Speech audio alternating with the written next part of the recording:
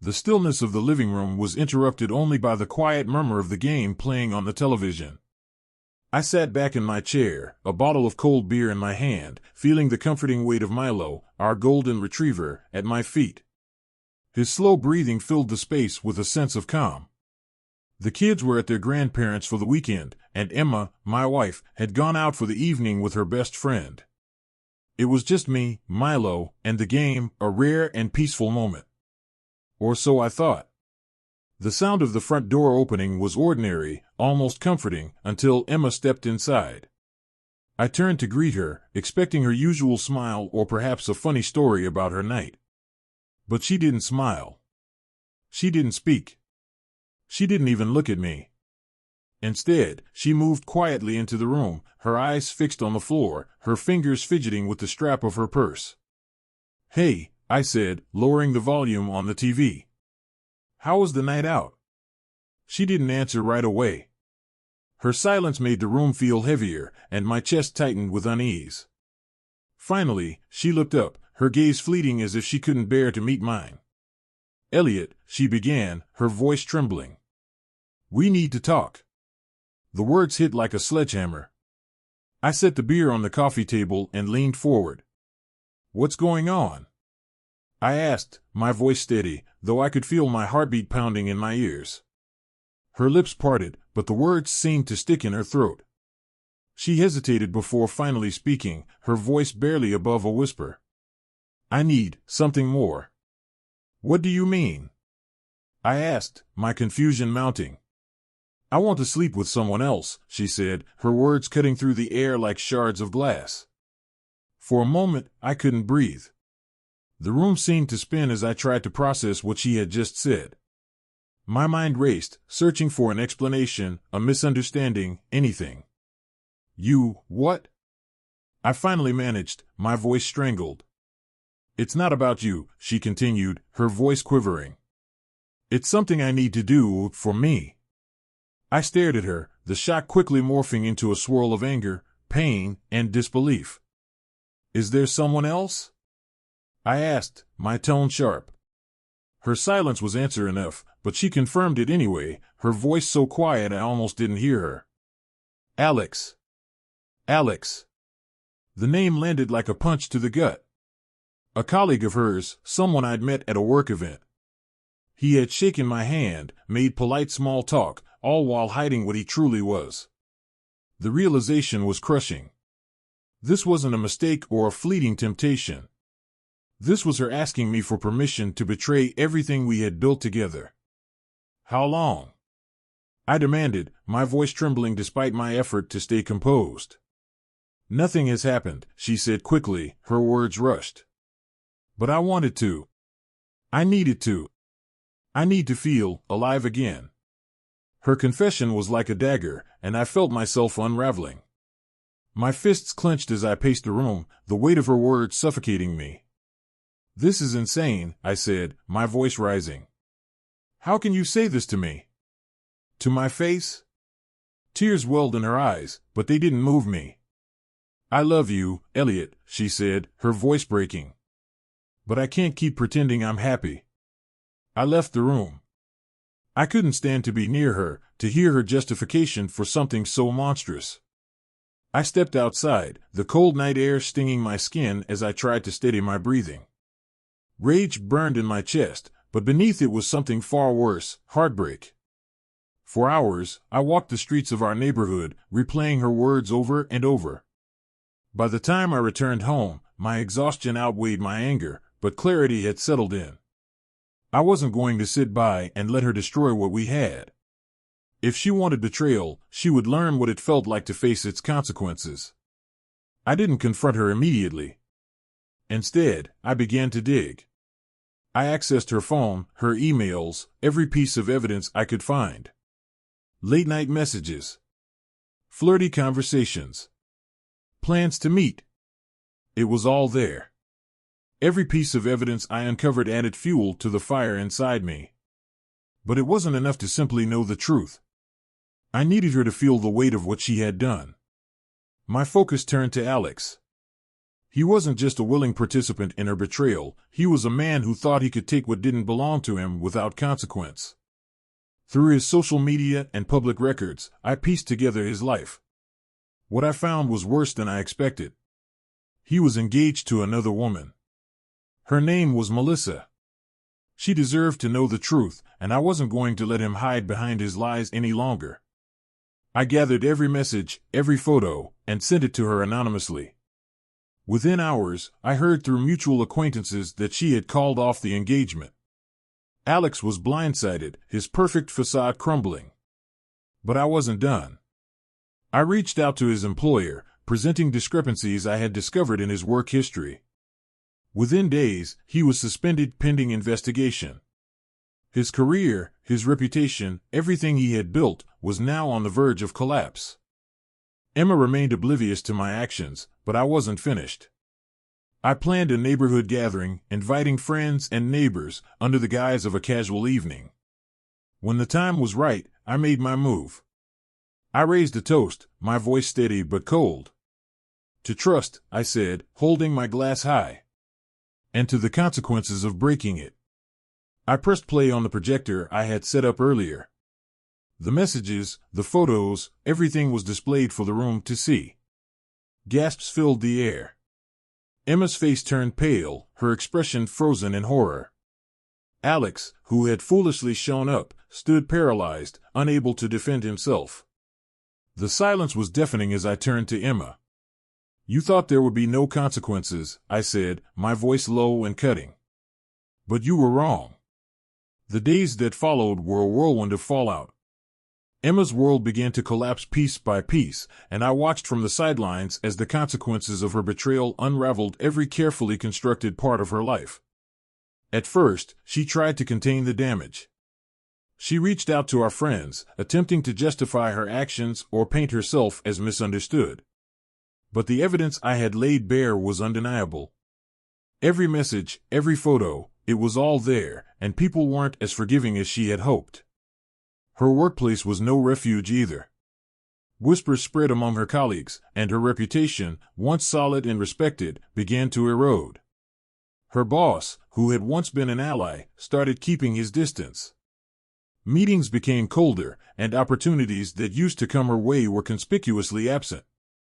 Emma was on an island of her own making, and she was sinking fast. Meanwhile, Alex's life was in freefall. Melissa had left him, her public statement a scathing indictment of his deceit. He was dismissed from his job following the investigation I had triggered, and his social circle evaporated overnight. The man who had smugly insinuated himself into my life and stolen my trust was now left with nothing but the wreckage of his choices. Through it all, I felt a grim satisfaction, but also a surprising sense of clarity. I didn't feel the raw anger that had consumed me in the beginning. Instead, I felt something else, relief. Watching them face the repercussions of their actions gave me a sense of closure I hadn't expected. I turned my focus to rebuilding my own life. My business, which I had been neglecting during the chaos, became my refuge. I poured my energy into new ventures, throwing myself into work that gave me a sense of purpose. But my most important priority was my children. I made sure they felt loved and secure, shielding them from the ugliness of what had happened as much as I could. They deserved stability, and I was determined to give it to them. Amidst the rebuilding, someone unexpected came into my life. Her name was Laura, a friend of a friend who seemed to show up at just the right time. Laura was warm, intelligent, and genuine in a way that felt rare. She wasn't interested in the drama of my past, and she didn't try to fix me. She simply accepted me for who I was, a man who had been broken but was working to put himself back together. Our relationship started slowly. At first, it was just casual conversations, shared laughter, and moments of genuine connection. But over time, it became clear that Laura was different. She didn't ask for anything from me except honesty, and for the first time in a long while, I felt like I could breathe around someone again. Emma, however, wasn't done. After weeks of silence, she started trying to contact me. At first, it was just the occasional text or voicemail, always apologetic, always pleading. But as time passed and I didn't respond, her messages became more desperate. She wanted to meet, to explain, to somehow salvage what was left of our connection. One evening, after a particularly long day, I received yet another message from her. This time, it was different. The words were raw, stripped of the usual attempts at justification. Elliot, I know you don't owe me anything, but I need to talk to you. Please, just once. Against my better judgment, I agreed. We met at a quiet cafe, one we had visited often during happier times. When I arrived, she was already there, sitting at a corner table, her hands wrapped around a mug of coffee. She looked smaller, her usual confidence replaced with something almost unrecognizable, vulnerability. Thank you for meeting me, she said, her voice barely audible. I nodded, sitting across from her without saying a word. For a moment, she seemed unsure of where to begin. Finally, she spoke, her words tumbling out in a rush. I've lost everything, Elliot. My job, my friends, my reputation. And it's all my fault. Her eyes met mine, filled with tears, but I felt no urge to comfort her. She continued, her voice breaking. I don't expect you to forgive me. I don't deserve it. But I need you to know that I'm sorry. For everything. I ruined what we had, and I'll never stop regretting it. I sat silently, letting her words hang in the air. I had imagined this moment countless times, but now that it was here, it felt hollow. Her apology didn't undo the pain, the betrayal, or the damage she had caused. And yet, I felt no anger. Only indifference. You're right, I said finally, my voice steady. You don't deserve forgiveness. What you did destroyed everything I thought we had. But I've moved on, Emma. I'm not the same person I was when this started. She nodded, tears streaming down her face. I know. And I'm glad you found a way forward. I needed to tell you I'm sorry. I stood, placing a hand on the table as I prepared to leave. I've found peace, Emma. And I hope someday you can too. But I don't need you in my life anymore. With that, I walked out, leaving her behind for the last time. As I stepped into the cool evening air, I felt a weight lift from my shoulders. It was over. In the months that followed, I focused on building a future for myself and my kids. Laura became a steady presence in our lives, not as a replacement for what was lost, but as a partner who helped me see the possibilities of what could be.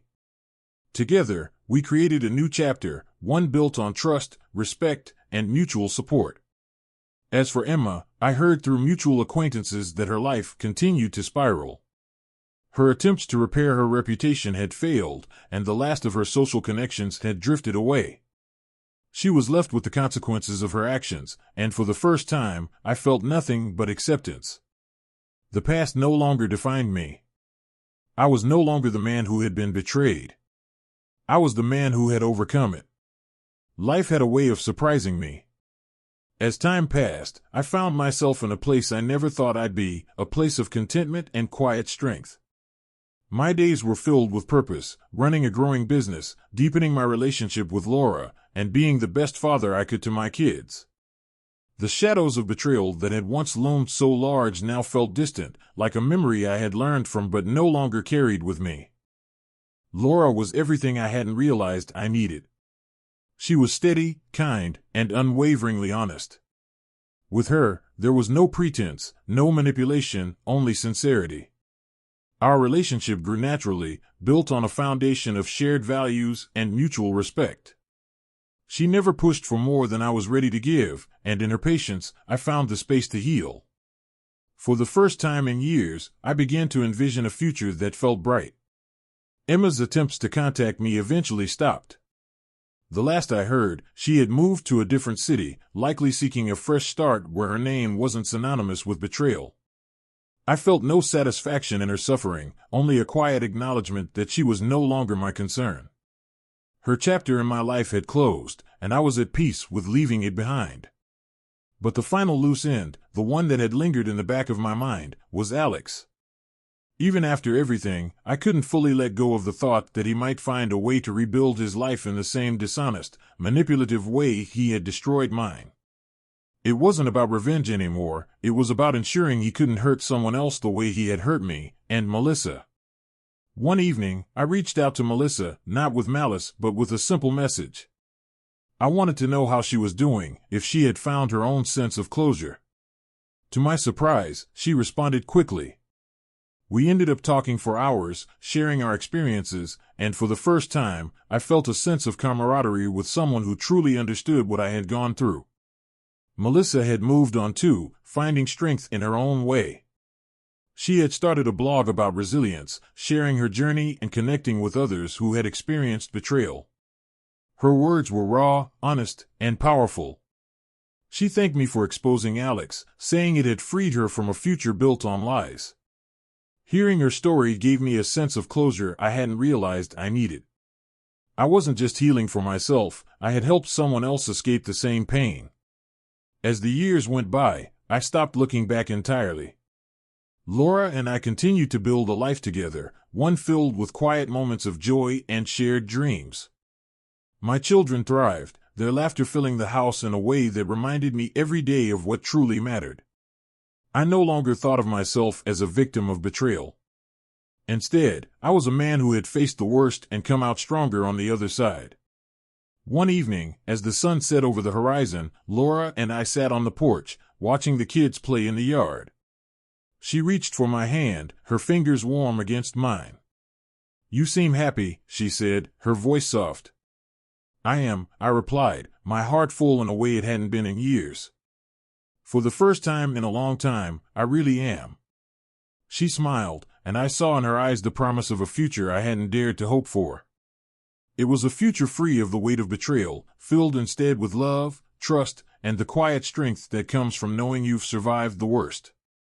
As I sat there, watching the world move forward, I realized something profound: life doesn't stop for pain.